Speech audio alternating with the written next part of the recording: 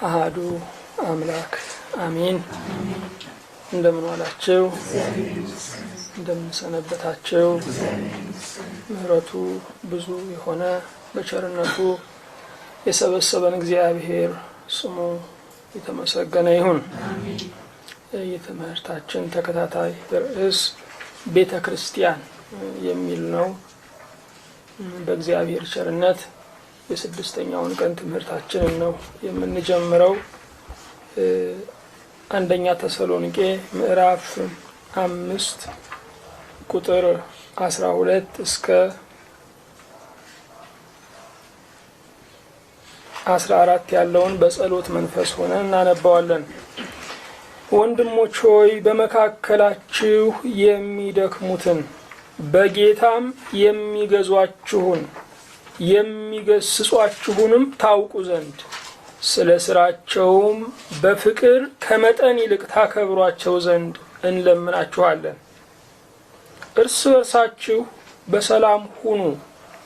ወንድሞች ሆይ እንመክራችኋለን፣ ያለ ሥርዓት የሚሄዱትን ገስጿቸው፣ ድፍረት የሌላቸውን አጽኗቸው፣ ለደካሞች ትጉላቸው፣ ሰውን ሁሉ ታገሱ። ያለህና የነበርክ ለዘለዓለም የምትኖር ስምህ እግዚአብሔር የሆነ ባህር ከፋዩ የኛ አምላክ እናመሰግንሃለን። አሜን። ለልጆችህ ያቀድከው እቅድህ ክቡር የሆነ በዘላለማዊ ሐሳብህና ውድቀት በሌለበት ቃል ኪዳን እኛን ባሪያዎችህን የተወዳጀህን ጌታ የቃል ኪዳን ወዳጃችን ስለሆንክ እናመሰግንሃለን። አሜን። እግዚአብሔር ሆይ አንተ በዙፋንህ አለ። ከሚያስጨንቀን ከሚያስበረግገን በጥርጣሬም ከሚንጠን ነገር በላይ አንተ በክብር አለህና ለገናናው ስምህ ክብር ይሁን። አሜን። እግዚአብሔር ሆይ ቸርነትህ ዛሬም አላቋረጠምና ዛሬም ይህ የሕይወት እንጀራ አልታጠፈብንምና አንተን ለሚፈልጉ አንተንም ለሚሹ ለተወለጉ ልጆችህ ደጅህን አልዘጋህምና ፊትህ ሳይጠቁር ሁልጊዜ የምትቀበለን አምላክ እናመሰግናለን። አሜን። እግዚአብሔር ሆይ ከአንተ ጋራ መሆን ትርፍ አለውና ከአንተ ጋራ መሆን ዋጋ አለውና የዋጋውን ክብረት ለባሪያዎችህ ግለጽልን። አሜን። ቤተ ክርስቲያንን በጸጋህ እንድታንቆጠቁጣት በዓለም ፊትም ደግሞ መታፈሪያ ክብርም እንድትሆናት በብዙ ተአምራት በድንቅም ደግሞ እንድታጅባት ስራዋን በኃይል እንድትፈጽም ደግሞ የብርታት መንፈስህን እንድትልክላት ጌታ ሆይ እንጠይቅሃለን። እግዚአብሔር የዘላለም አምላክ ሆይ ለሚያገለግሉ አገልጋዮች ሁሉ ወንበር ዘርግተው ለሚያስተምሩ ለመምህራኑ ምእመናንን የትገባችሁ የተወጣችሁ ለሚሉ ለእረኞቹ የወንጌልህን ዘር ለመዝራት አገር ካገር ለሚንከራተቱት ለወንጌላውያኑ ጌታ ሆይ ጸጋህን ኃይልህን ብርታትህን ዓለም ሊቋቋመው የማይቻለውን ደግሞ ጥበብህን እባክህ ስደድላቸው። ከሰሜን እስከ ደቡብ ከምስራቅ እስከ ምዕራብ ፍጥረት ሁሉ አንተን በማወቅ ይደነቅ። አሜን። በሰላም ጀምረን እስክንፈጽም ጥበቃህ በዙሪያችን ማዳን ምሕረት በመካከላችን ትሁንልን። አሜን። በአንዱ ልጅህ በጌታችን በኢየሱስ ክርስቶስ በእርሱ ያለ ክብር ጽን ለአንተ ይገባሃል። ከእርሱ ጋራ ከመንፈስ ቅዱስም ጋራ ትክክል የሚሆን ዛሬም ዘወትርም ለዘላለሙ አሜን። እሺ፣ የእግዚአብሔር የአምላካችን ስሙ የተመሰገነ ይሁን። ቤተ ክርስቲያን የሰማይ መንገደኞች ማህበር ናት። ቤተ ክርስቲያን በዚህ ዓለም ላይ የምትኖረው እንደ ሁለተኛ ዜጋ ሆና ነው እንጂ እንደ እርግጠኛ ሀገሯ አይደለም። ቤተ ክርስቲያን የታላቁ የክርስቶስ መናገሻ ናት። እርሱ ክብሩን የሚገልጠው ማዳኑንም ለዓለም የሚያሳየው ዓለሙንም ደግሞ የሚያነጋግረው በቤተ ክርስቲያን ወይም በምእመናን በኩል ነው። ስለዚህ ከጌታችን ከኢየሱስ ክርስቶስ መስዋዕትነት የተነሳ ጸጋ ፈሷል። የፈሰሰው ጸጋ ለግላችን ጥቅም ሳይሆን ለቤተ ክርስቲያን ሕንጸት የፈሰሰ ነው። የመንፈስ ቅዱስን ጸጋ በግላችን ልንጠቀምበት አንችልም፣ አይጠቅምምም። ጸጋው ጠቃሚ የሚሆነው በቤተ ክርስቲያን ነው። በቤተ ክርስቲያን ነው። ሁልጊዜም ሀብታችንን በተገቢው ቦታ ላይ ካላዋል ነው ሀብት በራሱ ድህነት ነው የሚሆነው። እንደዚሁም መንፈሳዊ ጸጋ በተገቢው ቦታ በቤተ ክርስቲያን ወይም በወንጌል አገልግሎት ላይ ካላዋል ነው ካለመኖር የሚሻል አይደለም። ጌታችን መድኃኒታችን ኢየሱስ ክርስቶስ እኛን ለማክበር ብሎ ጸጋ አልሰጠንም። እኛን በማዳኑ አከበረን። በጸጋው ደግሞ ስሙን እንድናከብር ጠራን። ስለዚህ የትኛውም ጸጋ መሆኑን ረስተን በጥረታችን በትጋታችን ልዩ ሰው በመሆናችን እንዳገኘነው ልንቆጥር አይገባንም። ምክንያቱም በቤተ ክርስቲያኑ ውስጥ ዘለዓለማዊ የሚባል ጸጋ የለም። ሰጪው እንደወደደ ይሰጣል፣ ሊያነሳም ይችላል። ሲሰጠን የምንቀበለው ሲወስድም ማናንጎራጉርበት ነው። ስለዚህ የጸጋ አጥሩ ምንድነው ብትሉ ትህትና፣ ቅድስና ነው። የጸጋ አጥሩ ትህትና፣ ቅድስና ነው። ባለፈው ሳምንት ስለ ጸጋ ነበረ ስንነጋገር የነበረው። ቤተክርስቲያን በሙያ አትመራም። ምክንያቱም ቤተክርስቲያን የሙያ ማህበር አይደለችም። ቤተክርስቲያን በዓለማዊ የእውቀት ቁልሎችም አትመራም። ቤተክርስቲያን በዓለም ላይ ድንቅ የሆኑ የተፈተኑ የአመራር ዘይቤዎች ቢኖሩ እንኳን ቤተክርስቲያን ላይ አይሰሩም። ቤተክርስቲያን በጸጋና በፍቅር በትር ብቻ የምትመራ ናት። ቤተክርስቲያን በጸጋና በፍቅር በትር የምትመራ ቤተክርስቲያን የምትመራ ተቋም ናት። ታዲያ ቤተክርስቲያንን ስናነሳ አብረን የምናነሳቸው የማንረሳቸው ቢኖሩ እረኞች ናቸው። ባለፈው ሳምንት በቤተክርስቲያን ውስጥ ፈት የለም፣ ሁሉም ባለድርሻ ነው። ጸጋን የመለየት ጸጋን የማወቅ ያለማወቅ ጉዳይ ካልሆነ በስተቀር በቤተክርስቲያን ውስጥ በድን ብልት እንዲኖር በድን የሰውነት ክፍል እንዲኖር መንፈስ ቅዱስ ፈቃድ አይሰጥም። ስለዚህ ሁላችንም ድርሻ አለን። ድርሻችሁ ይሄ ነው ተነሱ እስክንባል መጠበቅ የለብንም። ይሄ የሰባኪም ግዴታ አይደለም። ወንጌል የገባው ሰው ይህን አድርግ እስኪባል አይጠብቅም። ምን ተነግበር ምን ላድርግ ነው የሚለው?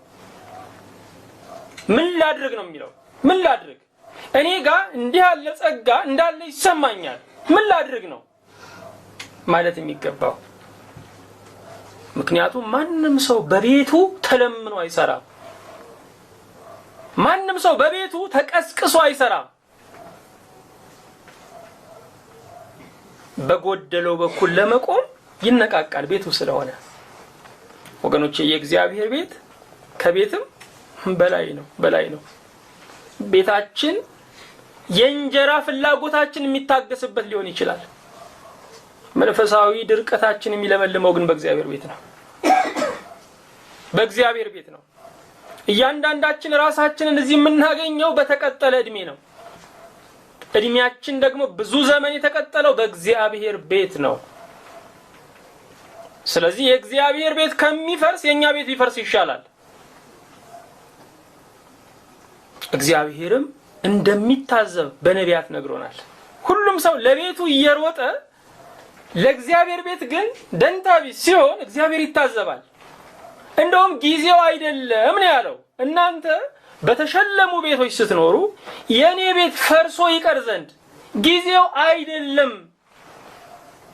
እግዚአብሔር ሕዝቡን በምንም አይታዘብም፣ በቤቱ ጉዳይ ግን ይታዘባል። ስለዚህ ወገኖች እግዚአብሔር እንዳይታዘበን ሁላችንም ለእግዚአብሔር ቤት ስራ ለወንጌሉ ስራ ልንነቃቃ ይገባናል። ሁላችንም ባለድርሻ መሆናችንን ካየን ከፊት የሚቆሙና መንጋውን ደግሞ የሚመሩ እረኞች እንዳሉ ደግሞ መገንዘብ አለብን።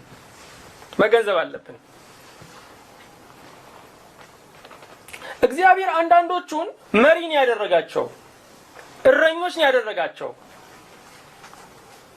ምክንያቱም ቤተክርስቲያን ሕያዊት አካል ናት። ሕያው አካል ሁሉ ጊዜም የሚያስተባብረው የሚመራው ያስፈልገዋል። የዚችን ዓለም ባለድርሻዎችን ስናይ ወይም በዚች ዓለም ላይ ስፍራ የያዙ ነገሮችን ስናይ የመጀመሪያዎቹ ግዑዛን ናቸው፣ እነ ድንጋይ እነ አለት። ሁለተኛዎቹ ደመነፍስ ናቸው፣ እንስሳት አራዊት። ሶስተኛዎቹ ሕያው ነፍስ የሆኑ ሰዎች ናቸው። ነፍስ የሚል ነገር የተቀጸለላቸው ሁሉ እረኛ ያስፈልጋቸዋል። ስለዚህ መንጋዎች እረኛ ያስፈልጋቸዋል። ሕያው ነፍስ ያላቸው የሰው ልጆችም እረኛ ያስፈልጋቸዋል። ስለዚህ የማይታየው እረኛ ኢየሱስ ክርስቶስ የሚታዩ እረኞችን በቤተ ክርስቲያን ሾሞልናል። እነዚህ በወንጌል የሚያገለግሉን ከእርሱ ከአምላካችን የተሰጡን ስጦታዎቻችን ናቸው። ቅዱስ መጽሐፍ እንደውም እንደሚነግረን የክርስቶስ አምባሳደሮች ወይም እንደራሴዎች ናቸው። ባለሙሉ ስልጣን መልእክተኞች ናቸው። አንድ አምባሳደር ወደዚህ ሀገር ሲመጣ ስለ ደህንነቱ የዚህ ሀገር ሕዝብና መንግስት ምንድነው ተጠያቂ ነው። ወደ እኛ ስለተላኩ የእግዚአብሔር አገልጋዮችም እግዚአብሔር ይጠይቀናል። ምክንያቱም አምባሳደሮች ስለሆኑ። አንድ አምባሳደር ወደዚህ ሀገር ሲላክ ስለቀለቡና ስለመኖሪያው አያስብም፣ በመንግስቱ ይሸፈናል። አንድ አገልጋይ ስለመብሉ ስለማደሪያው ማሰብ የለበትም፣ በእግዚአብሔር ሕዝብ ይሸፈናል። ለምን ስንል አምባሳደር ስለሆነ ነው። ስለዚህ ኢየሱስ ክርስቶስ ከሰጠን ስጦታዎች አንዱ አገልጋዮች የእግዚአብሔርን ቃል የሚያካፍሉ እረኞች ናቸው። እኛ የጽዮን መንገደኞች ነን። በዚህ ዓለም ላይ እያለፍን ያለ ነው። ዓለሙን እያቋረጥን ያለ ነው። መንገደኞች እንዲያልፉ አንዳንድ ጊዜ ጦርነቶች ይቁሙ ይባላሉ። ስለዚህ በጦርነት መካከል ሰላማውያን መንገደኞች ያልፋሉ። ጌታ ጦርነት ባለበት ዓለም ላይ ጦርነትን እያበረደ እኛን እያሳለፈን ያለው። ግባችን በሰማይ ነው። ራሱ ጌታችን ኢየሱስ ክርስቶስ በአባቴ ቤት ብዙ ምን አለ አለ?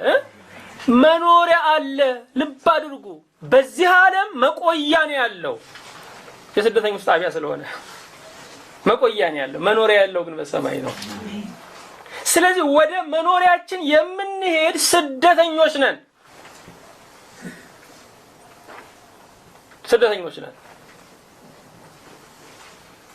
በስደተኞች ጣቢያ ያሉ ወደ ተደላደለ ሀገር ወይም ደግሞ ወደ ተወለዱበት ሀገር ለመሄድ የይለፍ ማህተም ይጠብቃሉ። የይለፍ ማህተሙ ሲደርሳቸው ወደ ተደላደለው ሀገር ከድንኳን ኑሮ ለቀው ወደ ተደላደለው ሀገር ይሄዳሉ። ከዚህ ዓለም በሞት ስንጠራ ወደ ደልዳላው ሀገራችን እየሄድን ነው። ስለዚህ ሞት ለኛ ቪዛ ነው። መንፈሳዊ ቪዛ ነው።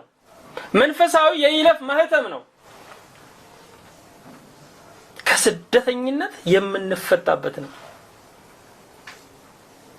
ታዲያ በስደተኞች ጣቢያ አስተናባሪዋ ማናት ስንል ቤተክርስቲያን ናት። አገልጋዮች ናቸው። እነኚህ እረኞች በቤተ ክርስቲያን ውስጥ ብዙ ድርሻ አላቸው። እነኚህ እረኞች በቤተ ክርስቲያን ውስጥ በስልጣን ተቀምጠዋል። ስልጣኑ ከላይ በመሆኑ እነርሱን ስናደምጥ ለእነርሱ ስንታዘዝ ለላይ ጌታ መታዘዛችን ነው። ስለዚህ በቤተ ክርስቲያን ውስጥ ያሉ እነኚህ እረኞች በጸጋ የተቀመጡ እንጂ በሹመት የተቀመጡ አይደሉም። ሹመት ሁሉ ጊዜም የበላይነትን የሚናፍቅ ነው። ጸጋ ግን ባሪያ ሆኖ የሚሰራ ነው። ሹመት ሁሉ ጊዜም የኋላ ታሪክን የሚያገናዝብ ነው። የትምህርት ችሎታ፣ የሥራ ልምድን እነዚህን ሁሉ ሊያካትት ይችላል። ልቆ መገኘትን ሊያካትት ይችላል። እግዚአብሔር እረኞች አድርጎ ጸጋ የሚሰጣቸው ግን በማንኛውም ነገር ከኛ ያነሱ ሊሆኑ ይችላሉ። ግን ልብ አድርጉ፣ ጸጋን ኃይል አያሸንፈው። እግዚአብሔር ይመስገን። አሜን። ጸጋን ሙያ አያሸንፈው፣ የኑሮ ልምድም አያሸንፈው። ጸጋ ከዚህ ሁሉ በላይ ነው። ሹመት ቢሆን ኖሮ እረኝነት ሰዎች ለእግዚአብሔር ያጩለት ነበረ። ጸጋ ግን በመሆኑ ራሱ ባለጸጋው የሚጠራበት ነው። ስለዚህ ጸጋ ራሱ ባለጸጋው ታገለግለኛለህ ብሎ ሰውን የሚጠራበት ነው። ሹመት ግን ሰዎች ይገባዋል ብለው የሚያጩት ነው። ብዙ ጊዜ ብዙ ምዕመናን በዓለም ላይ የሚናፍቁትን ነገር በቤተ ክርስቲያን ይፈልጋሉ። ለምሳሌ ህዝባዊ አመራር የምንለው ዲሞክራሲ የምንለው ነገር ህዝባዊ አመራር ማለታችን ነው። በቤተ ክርስቲያን ዲሞክራሲ እንዲሰፍን ነው የሚፈልጉት ብዙ ሰዎች። ለዓለም ይህ ነገር ጥሩ ሊሆን ይችላል። በቤተ ክርስቲያን ግን መስፈን ያለበት ጸጋ ነው። ምክንያቱም ቤተ ክርስቲያን በጸጋ ዘመን ያለች በጸጋ አመራር ውስጥም የምትኖር ናት። ስለዚህ በቤተ ክርስቲያን ውስጥ የድጋፍ ድምጽ ዋጋ የለውም። በቤተ ክርስቲያን ውስጥ የበላዩ የእግዚአብሔር ጸጋ ነው። እሱ ጸጋ የሚሰጣቸውን ሰዎች ብናይ እኛ ባለ ጸጋ ብንሆን ኖሮ ማንሰጣቸው ነበሩ። ምክንያቱም እኛ ብዙ መስፈርቶች አሉ። የኛ ስጦታዎች ሽልማቶች ናቸው። ደስ ስላሰኘን ሽልማት ናቸው። እግዚአብሔር ግን ጸጋን የሚሰጠው የማይበቃውን ብቁ አድርጎ ለማቆም ነው። ክብር ለስሙ ይሁን። የማይበቁ ሰዎችን ብቁ አድርጎ እግዚአብሔር የእስራኤል አምላክ በቤቱ ያቆማቸዋል። ስለዚህ አንዳንድ ጊዜ ሞኞች ሊሆኑ ይችላሉ። አንዳንድ ጊዜ ሰርቲፊኬት ላይኖራቸው ይችላል። አንዳንድ ጊዜ መልከጥፉ ሊሆኑ ይችላሉ። አንዳንድ ጊዜ የደቀቁ ደካሞች ሊሆኑ ይችላሉ። አንዳንድ ጊዜ ባይተዋር ሊሆኑ ይችላሉ። ግን ጸጋ ከዚህ ሁሉ በላይ ነው። ይህ ጸጋ ይገዛል። ጸጋ ይገዛል። ገዢ ነው። ጸጋ ገዢ ነው። ይህ ጸጋ በቤተ ክርስቲያን ውስጥ ይገዛል። ሁላችንም እንደምናውቀው መልእክተኛውን አለመቀበል መልእክቱን አለመቀበል ነው። ስለዚህ አገልጋዮችን የእግዚአብሔርን ቃል የሚያስተምሩንን እነርሱን አለመቀበል በተዘዋዋሪ እግዚአብሔርን አለመቀበል ነው። እግዚአብሔርን አለመቀበል ነው። ይሄን እንምላችሁ ለምንድን ነው ስንል እኩያነቶች በቤተ ክርስቲያን ውስጥ እንዳይደማመጡ ስለሚያደርጋቸው ነው።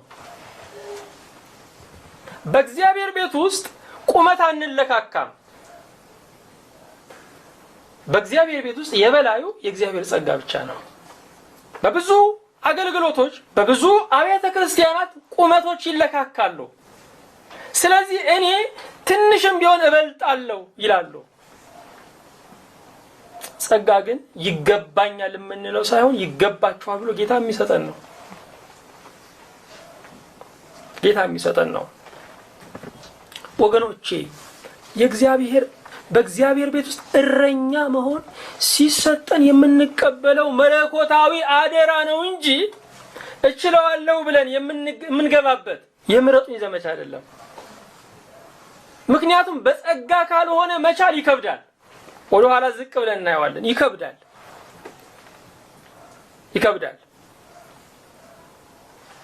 ታዲያ ብዙ ጊዜ ስናየው እንደ እግዚአብሔር ቃል አይደለም። ብዙ ጊዜ ጉዟችን አንድ አባት እንዲህ ስንነጋገር እንደው እኮ እረኛ ጠፋ እያልኩ ስነግራቸው አይ ምን እረኛ ብቻ በግም ጠፍቷል አሉ።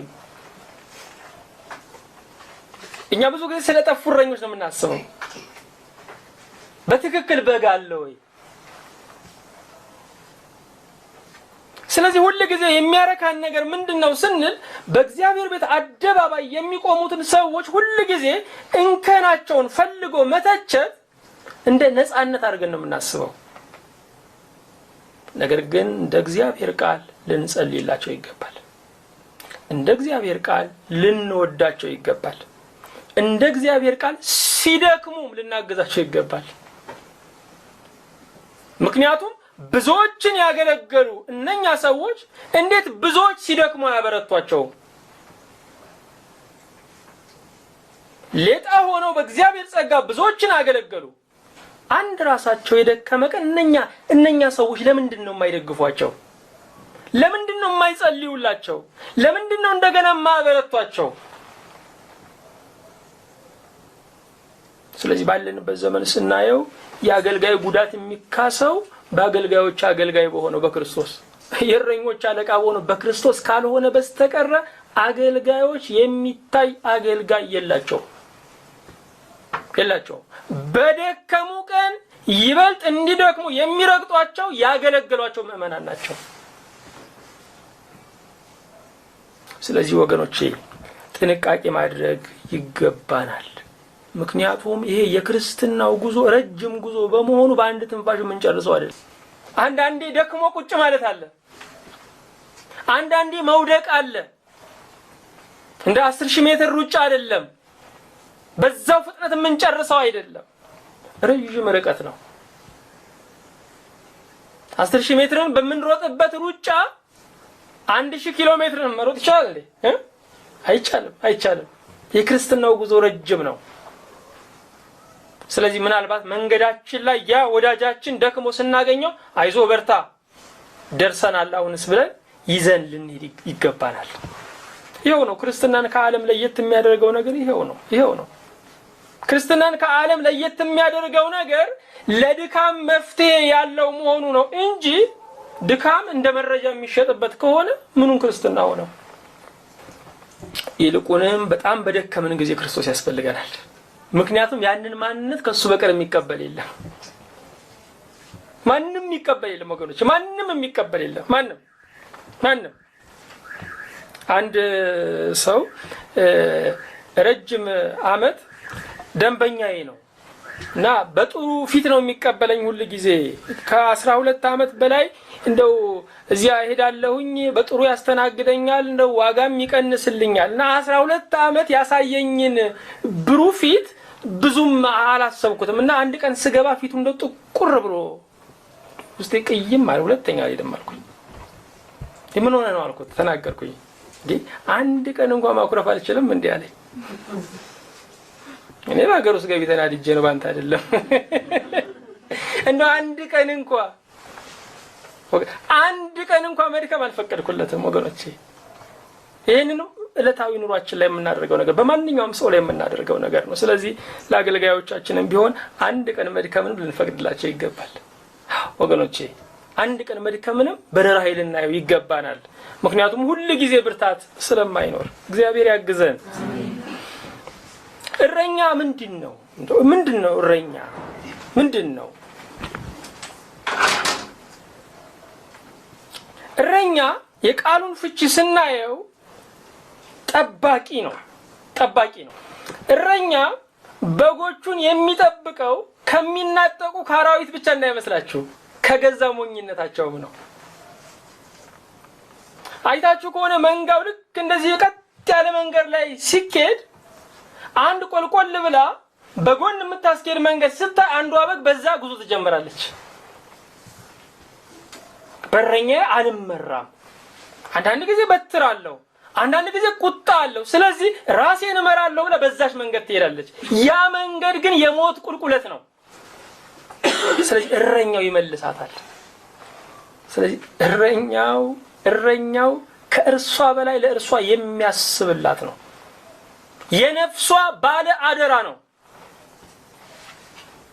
የሚጠብቃት ከገዛ ሞኝነቷም ነው። በእግዚአብሔር ቤት ውስጥ መመራት የማይፈልጉ ሰዎች አሉ። መገሰጽ የማይፈልጉ ሰዎች አሉ። ስለዚህ ቀጥ ባለው መንገድ ላይ መንጋው ሲሄድ አንድ ቀን ስላች ሲያገኙ ነፃነታቸው ማወጅ ይፈልጋሉ። እረኛው ግን ከገዛ ሞኝነታቸውም ጭምር ሊጠብቃቸው ይገባል። ወገኖች ስትጸልዩ ከራሴ ማድነኝ ብላችሁ ጸልዩ። ግድ የላችሁም ከራሴ ማድነኝ። ምክንያቱም እኛ አብዛኛውን የተጎዳ ነው በራሳችን ነው፣ በሰዎች ከተጎዳ ነው ይልቅ። እረኛ ጠባቂ ነው። ብዙ ነጣቂዎች አሉ። ጌታ ኢየሱስ ክርስቶስ እንደ በጎች በተኩላዎች መካከል እልካችኋለሁ ነው ያለው። እሱ ተኩላዎችን ጨርሶ አይደለም ያሰማራን፣ ተኩላዎች ባሉበት ነው ያሰማራን። ስለዚህ ብዙዎች የስተት ትምህርት የያዙ ነፍሳችንን ሊያጠፉ የሚፈልጉ ከጌታ ቤት ሊያወጡን የሚፈልጉ ለግል ዓላማቸው ለጥቅማቸው የሚፈልጉን ሊኖሩ ይችላሉ። እረኛው ከነዚህ ሁሉ የሚናጠቀን።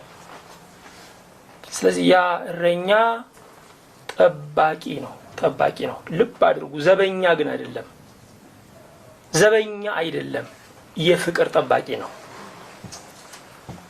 የፍቅር ጠባቂ ነው። ዘበኛ ንብረትን ነው የሚጠብቀው፣ ወዳጅ ግን ህይወትን ነው የሚጠብቀው። ስለዚህ ህይወታችንን፣ ህልውናችንን፣ መንፈሳዊ አቋማችንን የሚጠብቅልን ጠባቂ ነው እረኛው። ይሄ ብቻ እንዳይመስል ተንከባካቢ ነው። ብሩህ ፊት የሚያሳየን ያ እረኛ ነው። በፍቅር የሚቀበለን ያ እረኛ ነው። ስንከፋ ምን ሆናችሁ የሚለን ብሩህ ፊታችንን፣ ሰላምታችንን የማይጠብቅብን ያ እረኛ ነው። ምንድነው? ምን ችግር አለ?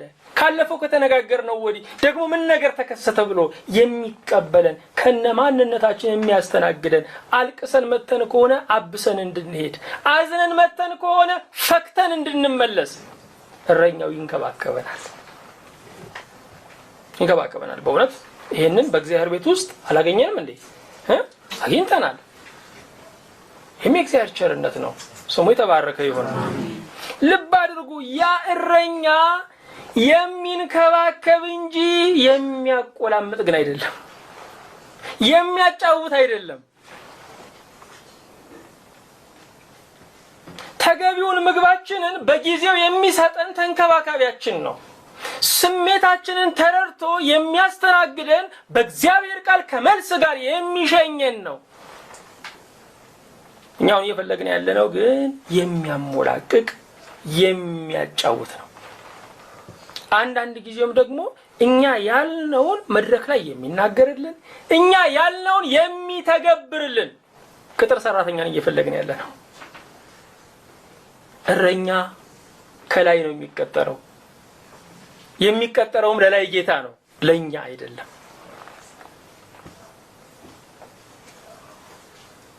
እነኚህ እረኞች የሚያባብሏችሁ ከሆነ እሱ የራሳቸው በጀት ነው።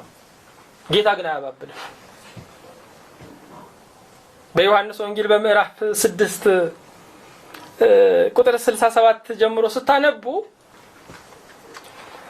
ኢየሱስ ከተናገረው ንግግር የተነሳ ብዙዎች ወደ ኋላ ተመለሱ። በዚህ ጊዜ የቀሩት 12ቱ ሐዋርያት ናቸው። ጌታ የጠየቃቸው ጥያቄ የሚደንቅ ነው። እንደው አስቡት እናንተ 5 ገበያ ህዝብ ተከትሏችሁ 5ቱ ገበያ ደንብሮ በተናገራችሁት ንግግር 12 ሰው ቢቀር የቀረው መንከባከብ ነው የሚሻለው አይደል? ኢየሱስም ለ12ቱ እናንተ ደግሞ ልትሄዱ ትወዳላችሁን አለ። ጌታ ይወደናል ግን አያባብለንም። ልትሄዱ ትወዳላችሁ ወይ ነው የሚለው። በፈቃዳችን ነው። ልትድን ትወዳለህን ያለው። የሚያድነን በፈቃድ የሚያስተዳድረን በፈቃድ ነው። ስምዖን ጴጥሮስ ጌታ ሆይ ወደ ማን እንሄዳለን? አንተ የዘላለም ሕይወት ቃል አለህ። እንዴት የሚደንቅ ነገር ነው! የዘላለም ሕይወት ቃል አለህ። አንዳንድ ጊዜ እነኚህ የስነ ልቦና ሰዎች እንኳን ሳይቀሩ የጊዜያዊ ሕይወት ቃል አላቸው። እንትምሽ ያረጋጉናል። ለጊዜው የሚያረጋግ እንደዚህ አይደለ እንዲህ ሳለ እንዲሆንብሃል፣ እንቅልፍ እንደዚህ ይዛባል፣ በድንገት ትነቃ የለ ለሊት ላይ ሲሉን ዲያው በምን አወቀው ለካ ችግርን የሚያውቅልኝ ወዳጅ እንረጋጋለን። የጊዜያዊ ሕይወት ቃል አላቸው።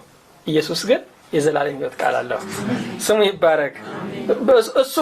እሱ ጋር ፈውሱ በኮንትራት አይደለም፣ ለዘለቄታው ነው።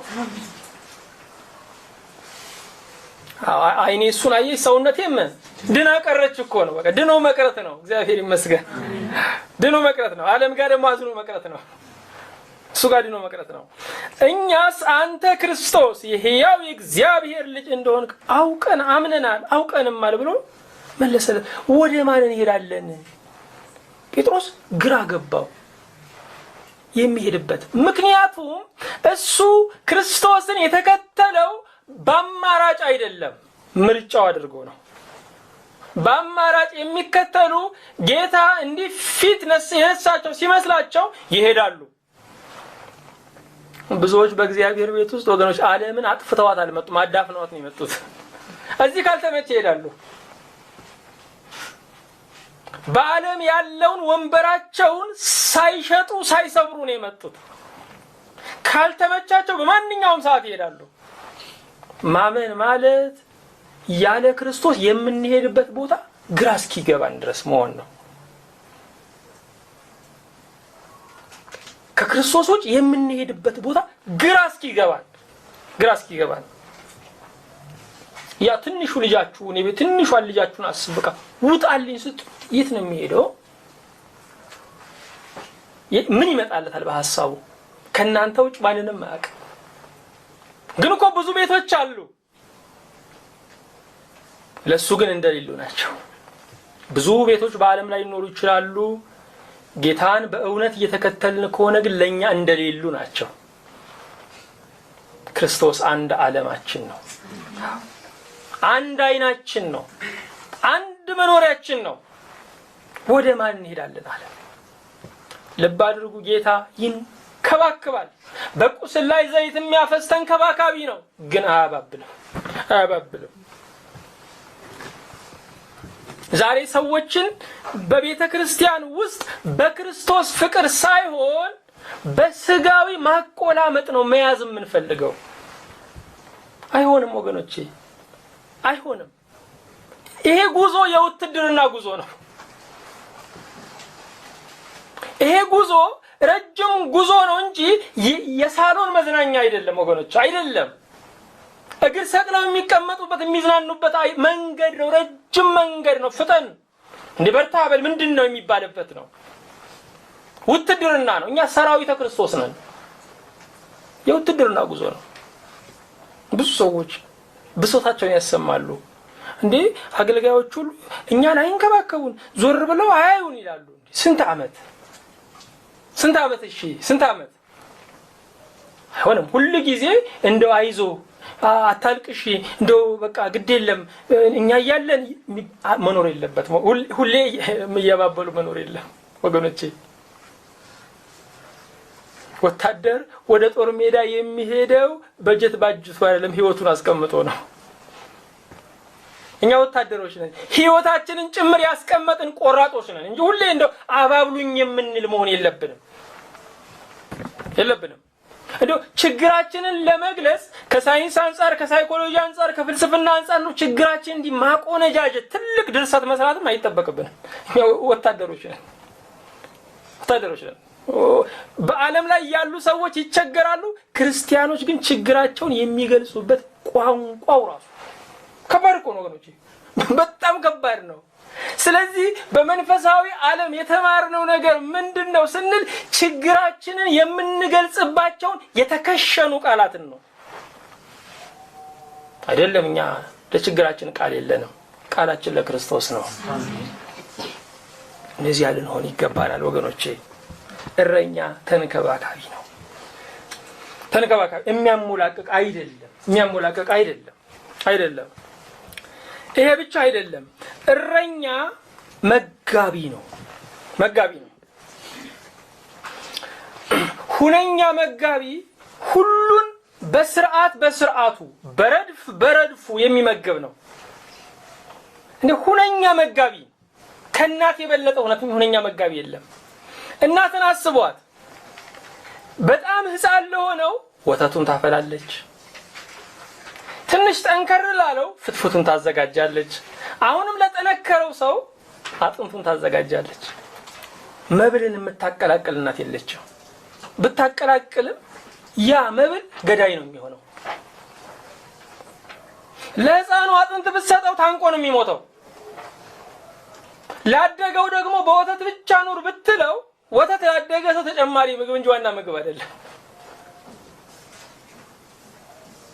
ስለዚህ መጋቢ ሁሉን በቦታው አስቀምጦ የሚመግብ ነው። እረኛ መጋቢ ነው። በጎቹን አይታችሁ ከሆነ በጎቹን መንከባከብ ብቻ አይደለም፣ ፍቅር መስጠት ብቻ ማሻሸት ብቻ አይደለም። አንዳንዶቹን ይነዳቸውና ምግባችሁን ቻሉ ብሎ በቅርብ ርቀት ይጠብቃቸዋል። ገመድ አስረዝሞ ይለቃቸዋል ሲበሉ እያያቸው። አንዳንዶቹን ደግሞ እዛው አጠገባቸው ያስቀምጥላቸዋል፣ ይበላሉ። አንዳንዶቹን ግን በእጁ ነው የሚያበላቸው። አይታችኋል? እረኛው ብዙ ጊዜ ሲያበላ በእጁ ያበላቸዋል።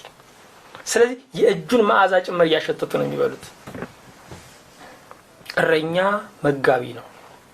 በእግዚአብሔር ቤት ውስጥም ልክ እንደዚህ ነው። አዲስ የሚመጡ ምዕመናን አሉ፣ ትንሽ የሰነበቱ አሉ፣ ጠንከር ደግሞ ያሉ አሉ። እነሱን ይመግባል። በአራተኛ ደረጃ እረኛ ሐኪም ነው። እረኛ ምንድነው? ሐኪም ነው። በጓ ከእረኛው አመለጥኩ ስትል ትሰበራለች። አንዳንድ ጊዜ ደግሞ ሜዳ የረገጠች እየመሰላት ገደል ትገባለች። አንዳንድ ጊዜ ደግሞ አራዊት ያቆስላታል። ስለዚህ እረኛው በትክክል ሸምበቆን ይጠርብና እግሯን ቀጥ አድርጎ ካስያዘ በኋላ ያስርላታል። ወጌሻም ነው። አያችሁ፣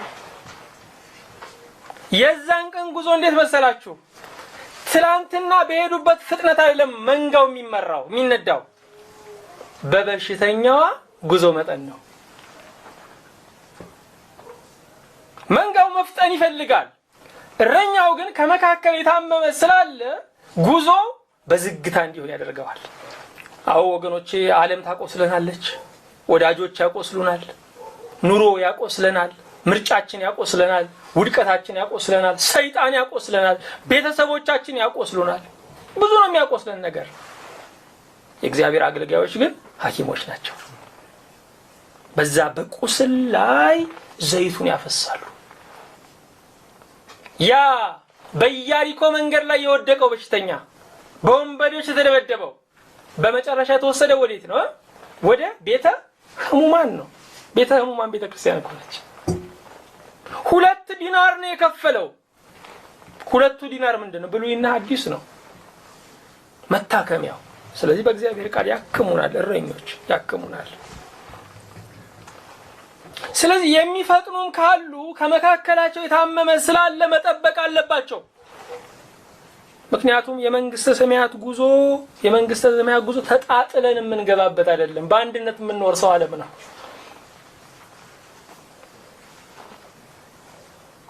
ለብቻ መግባት ድሉ ያለው ለአትሌቶቹ ነው። የክርስትና ድሉ አብሮ መግባት ነው። አሁን አትሌት ክርስቲያኖችን ነው እያየን ያለ ነው። ሯጭ ክርስቲያኖችን ነው እያየን። ለብቻቸው በቃ መግባት ነው የሚፈልጉት። አይደለም ወገኖች፣ አይደለም። አብረን መግባት አለብን። ስለዚህ ከመካከላችን የሚደክሙ አሉ፣ የሚያንቀላፉ አሉ። የደከሙት እንዲበረቱ፣ ያንቀላፉት እንዲተጉ ዋጋ እየከፈልን አንዳንዴም እጃቸውን ይዘን ጭምር እየመራን ልናደርሳቸው ይገባል። እረኛ አሁንም ሰብሳቢ ነው ወገኖች። ሰውን የሚያገናኘው ምን ይመስላችኋል? ሰውን በአካልም በሐሳብም የሚያገናኘው ማዕከል ነው። አሁን እኛን እያገናኘን ያለ በሐሳብ እያግባባን ያለ ማዕከሉ ምንድነው? መጽሐፍ ቅዱስ ነው። በመካከል አሁን ዳኛው ስላለ ነው የምንግባባው፣ ማዕከል ስላለ ነው። እንደዚሁ የምንገናኝበት ስፍራ ደግሞ አለ፣ እሱ ማዕከል ነው። እረኛውም ማዕከል ነው። ሰዎች ይሰበሰባሉ። ስለዚህ እረኛው ሰብሳቢ ነው። እረኛው ሲሰበስብ ከብዙ አይነት ስፍራ ነው የሚመጡት። አንዳንዶቹ ከነስራ ልብሳቸው ነው የሚመጡት። አንዳንዶቹ ልብሳቸውን ሳይለውጡ ነው የሚመጡት። አንዳንዶቹ ረጋ ብለው ወደ እግዚአብሔር ቤት ሲኬድ እንደዚህ ሆኖ ተቆንጅቶ ነው፣ ሽቶ ተቀብቶ ነው፣ ተስተካክሎ ነው ሊሉ ይችላሉ። እረኛው ግን የሁሉም ሰብሳቢ ነው። ዓለም አድክማቸው የሚመጡ ሰዎች አሉ፣ ፍጹም ተስፋ ቆርጠው። ስለዚህ በእግዚአብሔር ቤት ውስጥ ጥሩ ፊት ላያሳያችሁ ይችላሉ። አመል የለሽ ሊሆኑ ሊተናኮሉ ይችላሉ። እረኛው ግን የሁሉም ሰብሳቢ ነው። ልብ አድርጉ ወገኖቼ። ብዙ ጊዜ ያለን ችግር እረኝነቱን ጭምር የማናከብርበት ችግር ምን መሰላችሁ? ብዙ ምን ነው ነገር አለ። እገሌ ፈተና ይነች ነው ምንለው በመንፈሳዊ አገልግሎት። እገሌ መውጊያዬ ነው እንላለን። ቃሎቻችን ሁሉ እኮ ደግሞ በጣም እንደጠጠሩ ናቸው። በስነ መለኮት ዕውቀት የሚፈቱ ናቸው። ምን ነው ነገር አለ አይደለም። ቤተክርስቲያን ሰዎች ተለውጠው የሚገናኙባት አይደለችም፣ የሚሰሩባት ተቋም ነች። የመሰሪያ ቦታ ነች። ስለዚህ አንዳንድ ጊዜ ብሩህ ፊትም ላታገኙ ትችላላችሁ። አንዳንድ ጊዜ የማይመቹ ሰዎችም ሊኖሩ ይችላሉ። እረኛው እነኝን ሁሉ ነው የሚያቻችለው። እነኝን ሁሉ ነው። ስድስተኛው እረኛው ተሸካሚ ነው። ያረኛ ሰብሳቢ ነው ብያችኋለሁ። በጎቹ በመልካቸው አይደለም የሚገናኙት፣ በግነታቸውም ብዙ ጊዜ አያገናኛቸውም። እረኛው ነው ተመለሱ እያለ ዳር ሲሄድም እየገፋ ወደ መሃል እያስገባ የሚሰበስባቸው። ስለዚህ ለአንድነቱ ዋጋ የሚከፍሉ ያረኛ ነው። ሰዎችን አንድ ማለት በጣም ከባድ ነገር ነው ወገኖቼ፣ ከባድ ነገር ነው። ወጣ የሚለው መመለስ ያስፈልጋል። ብዙ ትግል አለ፣ ያታግላል። ሰብሳቢ ብቻ ሳይሆን ተሸካሚም ነው። ምክንያቱም በጓ በወጣችበት አቅም ላትመለስ ትችላለች። በድንገት ዛሬ መብል መብላት ተስኗት ደክማለች። ስለዚህ ከበሉት እኩል መራመድ አትችልም፣ ተሰብራለች። ለመጠገን ደግሞ ቦታው አይፈቅድም፣ ወደ ቤት መድረስ ያስፈልጋል። ስለዚህ እረኛው ይሸከማታል። ተሸካሚው ነው። በእግዚአብሔር ቤት ምን እንደዚህ የሚደክሙ ሰዎች አሉ፣ ፍጹም የሚዝሉ ሰዎች አሉ። የክርስትናው ደብዛው ጠፍቶኛል የሚሉ ሰዎች አሉ። አረ ብዙ ነው የምትሰሙት፣ ብዙ ነው። እግዚአብሔር መኖሩ ራሱ አጠራጠረኝ የሚሉ ሰዎች አሉ።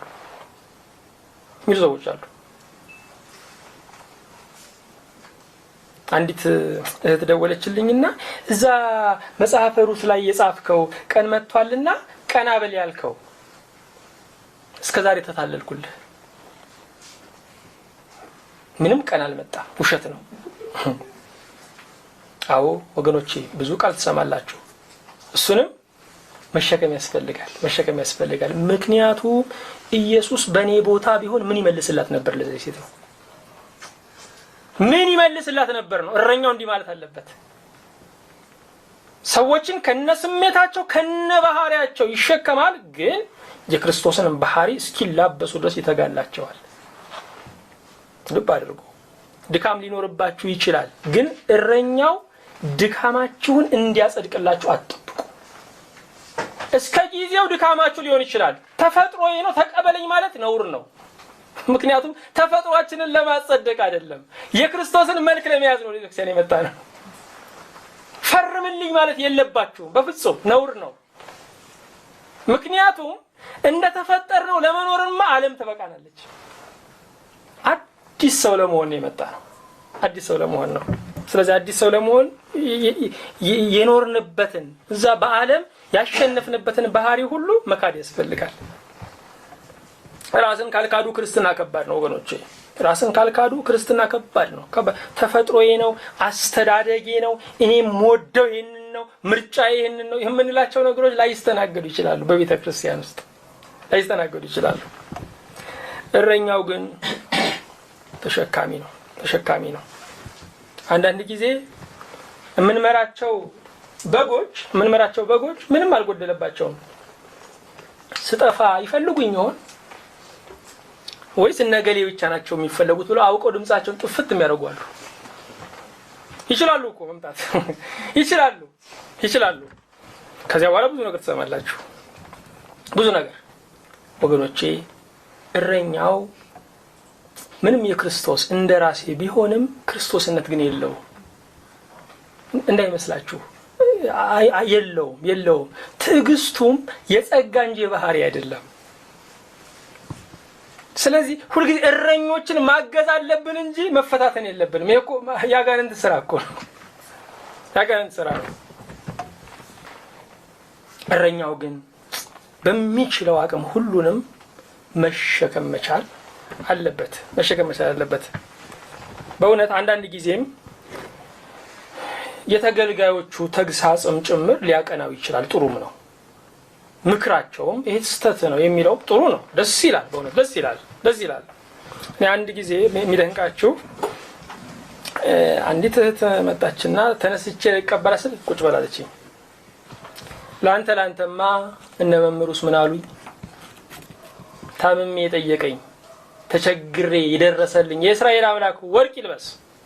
ዛሬ የመጣሁት ለወቅሳ አይደለም፣ በእኔ ለመልከውን በሌላው ላይ እንዳትደግመው ነው። ሞታለች፣ ቀብሯ መቼ ነው፣ አርባዋስ መቼ ነው ተብሎ አይጠየቅም እንዴ? ይሄን ያህል ጊዜ ስጠፋ ለ30 ደቂቃ ያህል ገሰጸች። በጣም ደስ አለኝ በእውነት ወገኖቼ፣ እግዚአብሔርን አመሰገንኩት። ታዲያ እግዚአብሔር ዛሬ ገስጾኛል ብዬ እንደው ስንቱ ሁሉ ተመነሸነሽ። የዛን ቀን ስንቱ ስደወልኩለት ካርድ ሞልቼ ከደወልኩላቸው አንዱ መምጣቴን ማን ነገር አለኝ። እኔ እዚህ ሀገር አለ ነው የምለው። የዛሬ 3 ዓመት ለአሜሪካ ሄዶ ለጋብቻ መጥቷል። የመጣ ገና 3 ቀኑ ማን ነግሮ ነው? በጣም የሚደንቅ ነው። ስፈልግ ነበር። አይ ማንም አልነገረኝም፣ እግዚአብሔር ገስጾኝ ነው። አው አንዳንዴ ምክሩ ተገቢ ነው፣ ያንጻል።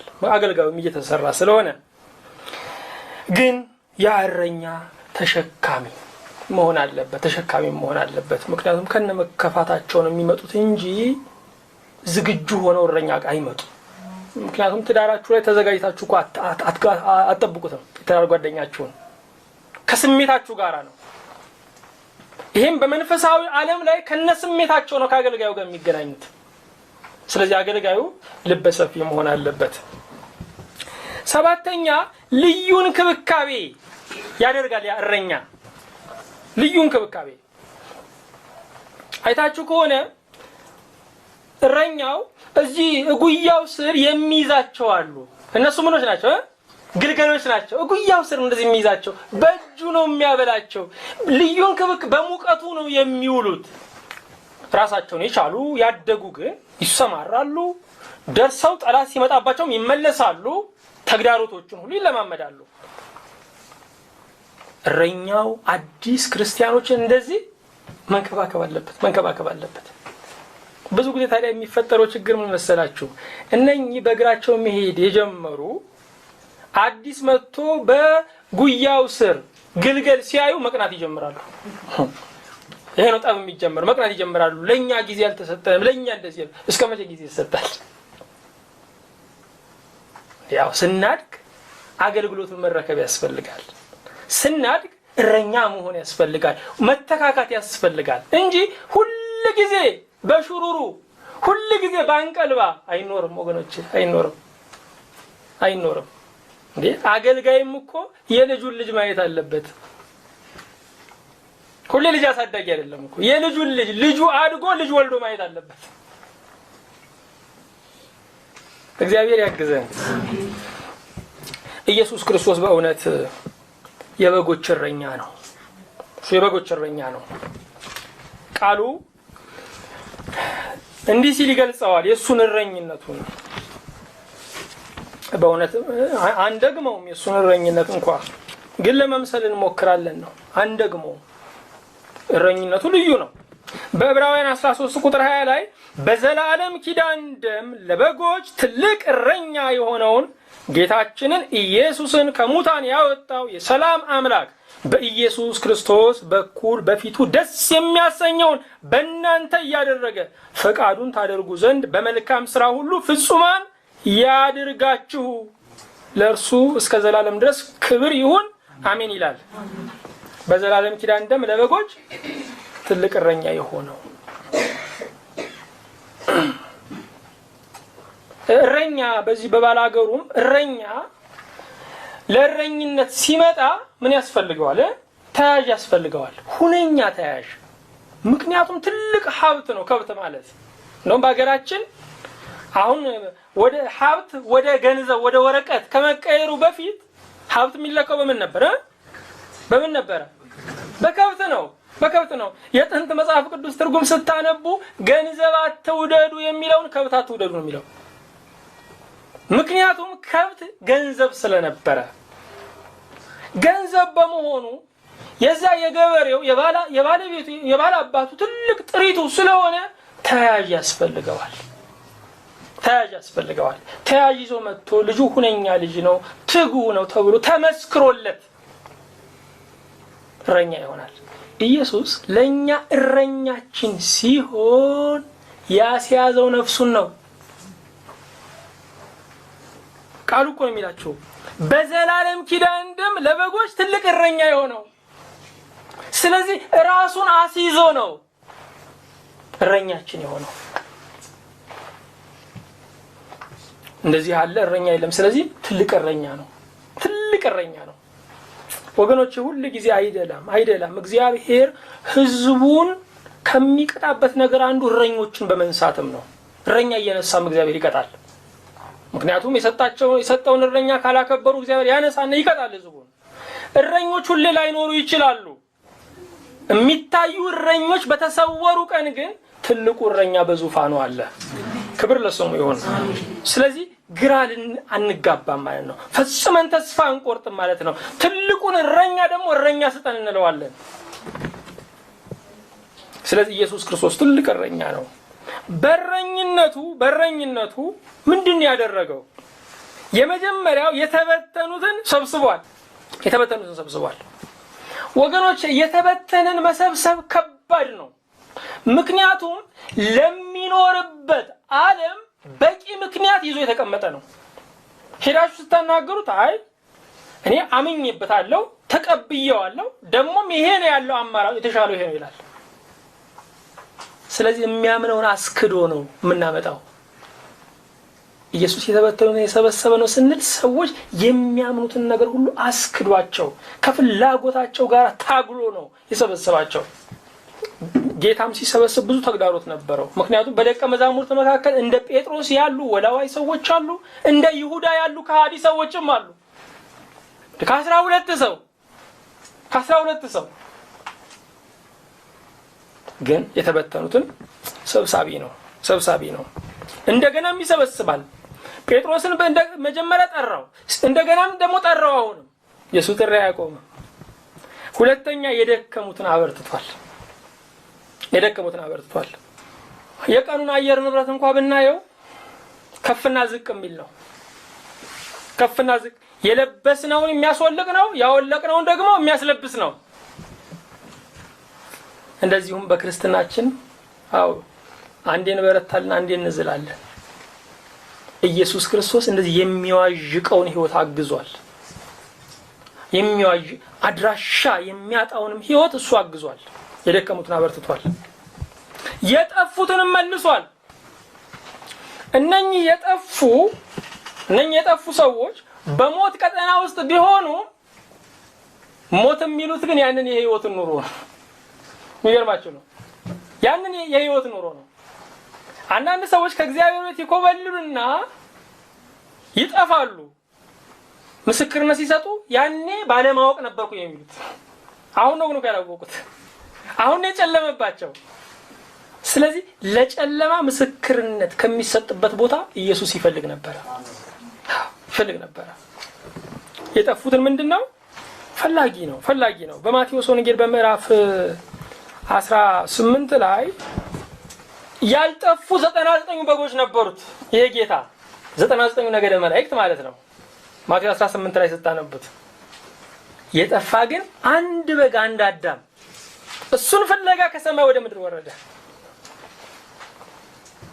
ልብ አድርጉ። የምድር ነገስታት ህዝባቸውን የሚቀበሉት በጅምላ ነው። ስለዚህ አናሳው ቁጥር 49% ባይወዳቸውና ባይመርጣቸው አይጨነቁም። በ51% ይደሰታሉ።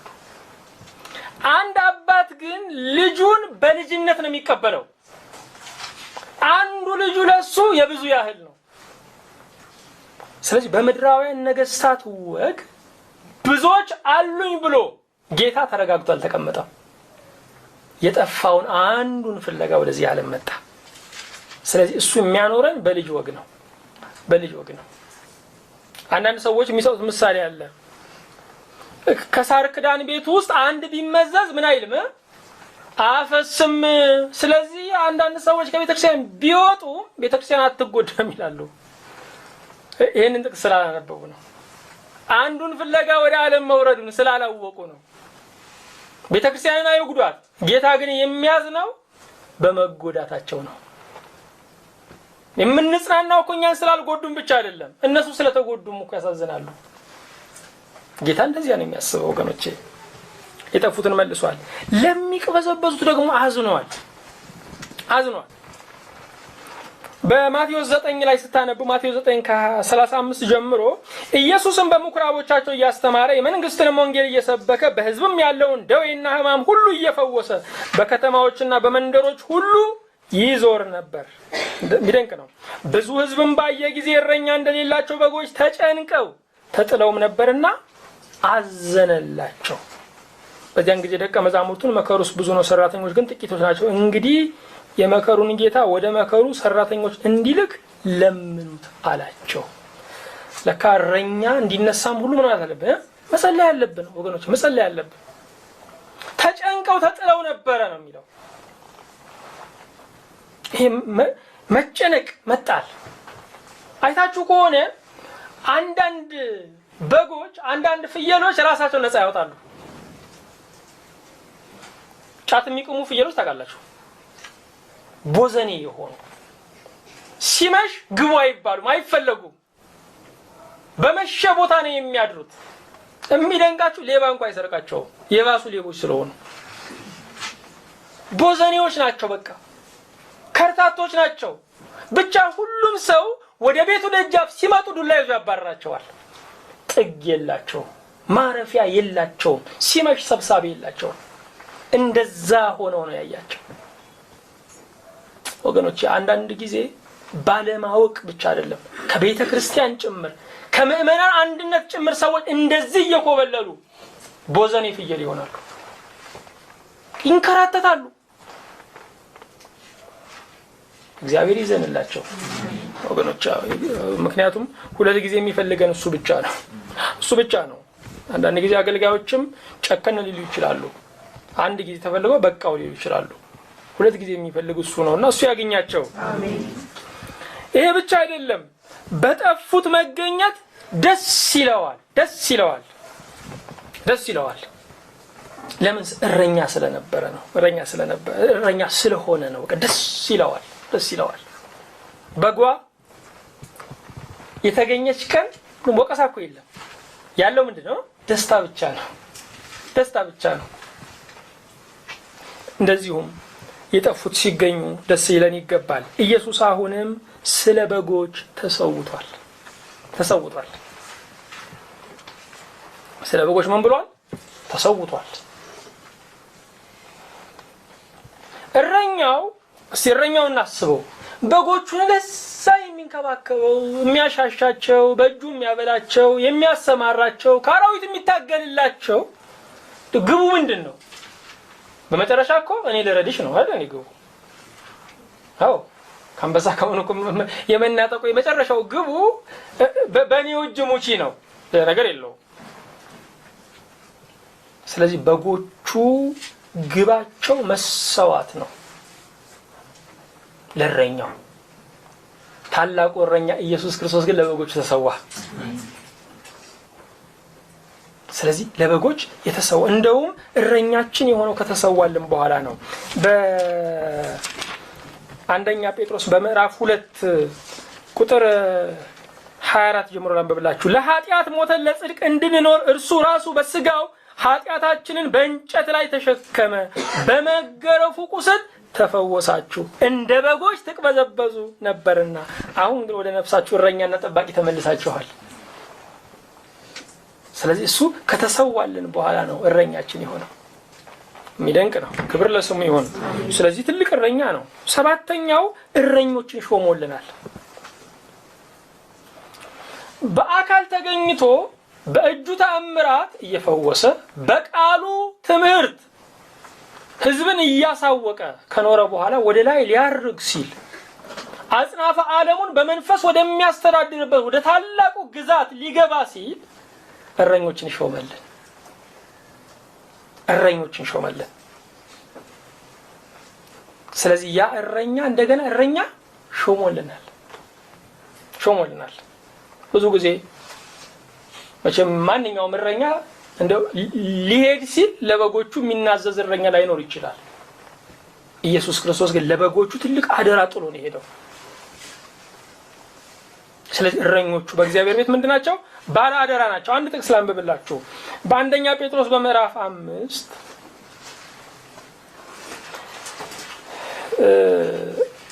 ከቁጥር 1 ጀምሮ አንብብላችሁ። እንግዲህ እኔ ከነርሱ ጋር ሽማግሌ የክርስቶስን መከራ ምስክር ደግሞ ሊገለጥ ካለው ክብር ተካፋይ የሆንኩ በመካከላቸው ያሉትን ሽማግሌዎች እመክራለሁ። በእናንተ ዘንድ ያለውን የእግዚአብሔርን መንጋ ጠብቁ፣ እንደ እግዚአብሔር ፈቃድ በውድ እንጂ በግድ ሳይሆን በበጎ ፈቃድ እንጂ መጥፎን ረብ በመመኘት ሳይሆን ጎብኙት። ለመንጋው ምሳሌ ሁኑ እንጂ ማህበሮቻችሁን በኃይል አትግዙ። የእረኞች አለቃ በሚገለጥበት ጊዜ የማያልፈውን የክብር አክሊል ትቀበላላችሁ። እንዲሁም ጎበዞች ለሽማግሌዎች ተገዙ ይላል። ስለዚህ እነኛ እረኞች ሊያደርጉት የሚገባ ነገር አለ። እንደገና ደግሞ ጎበዞችም ማድረግ። ለምን ጎበዞች አለ? ወጣቶች ናቸው ብዙ ጊዜ ችግሩ ያለው። ወጣቶቹ ብዙ ጊዜ ለእረኞች አይገዙም። የተሻለ አስተሳሰብ አለኝ፣ የዘመነ አስተሳሰብ አለኝ፣ ምን የማይባለው ነገር አለ። ስለዚህ እኔ በፍጹም በላይ ላይ አለቃ መሾም አልፈልግም የሚሉት ነገር አለ። ምንድነው? እኔ ውጣ ገባ የሚለኝ ሰው አልፈልግም፣ እንደፈለኩ መኖር ነው የምፈልገው። ያው መጨረሻው እንደፈለኩ መኖር መፈለግ ምንድነው? እንደፈለኩ ሞታለሁ ነው፣ ነገር የለውም። ስለዚህ ጎበዞች ሆይ አለ። ወጣትነታቸው እረኞቹን እንዲፋለሙ እንዲታገሉ ፈተና ይሆንባቸዋል። እነኚህ ወጣቶች አሁንም የሚደንቃችሁ ሁኔታ ነው፣ የሚደንቃችሁ ነገር ነው። ሲመከሩ ምክሩን እንኳን ቢቀበሉ ግን ምን ይደረግ ትኩስ ኃይል አይደለም ነው የሚሉት። ስለዚህ ባህሪያቸውን አጽድቀውታል። በቤተ ክርስቲያን ውስጥ ትኩስ ኃይል የለም። በቤተ ክርስቲያን ውስጥ ትኩስ ፍቅር ነው ያለው። የወጣትነት ኃይል አይደለም ያለው፣ የእምነት ኃይል ነው ያለው ወገኖቼ። ኢየሱስ ክርስቶስ ሕፃናትን ጠቢባን ያደርጋል፣ ወጣቶችንም ትሑታን ያደርጋል፣ ሽማግሌዎችንም በዘይት ያለመልማል እንጂ በቤተ ክርስቲያን ውስጥ የእድሜ ክልላችን አይጠቀስም። ይከበርልኝ፣ ይሄ በዚህ እድሜ የሚሰማኝ ስሜት ይከበርልኝ አይባልም። ምክንያቱም ቅድም እንዳልኳችሁ ባህሪያችንን ለማጸደቅ አይደለም ክርስቲያን የሆነው፣ የክርስቶስን ባህሪ ለመላበስ ነው። ክብር ለስሙ ይሁን። ሳምንት እንቀጥለዋለን።